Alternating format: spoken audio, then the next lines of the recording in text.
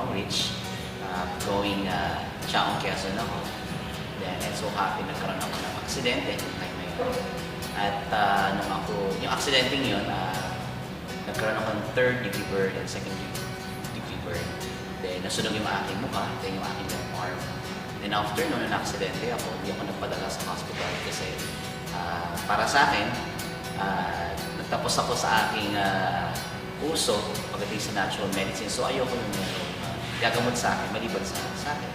So I'm so happy na nung nakita ko o na-introduce sa akin yung napkin nung una o yung negative ion stream, hindi pa ako naniwala. So ginamit ko muna, which is yung very traditional and conventional approach. So naglagay ako ng mga topical use, topical ointment, then at the same time yung mga boost pad na yun. But it so happens lalong lumala yung aking sunog o fever. One of my friend nagsabi na gamitin ko na yung napkin. But first of all, syempre, nagulat ako, na-surprise kasi how come yung napkin makakatulong doon sa aking sunog. But then, we're talking about pala yung negative ion o yung stream na yun. So, it so happen.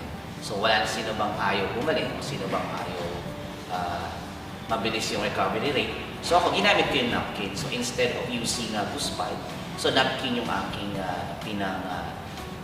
tapal doon sa aking sunog sa left arm. So, na-surprise ako after 15 days, parang talagang nakita ko yung kilos ng produkto na talagang it works talaga. 4 days ako nag-decide bago ko siya ginamit. So, after 15 days, so doon ko nakita yung napakagandang effect mismo niya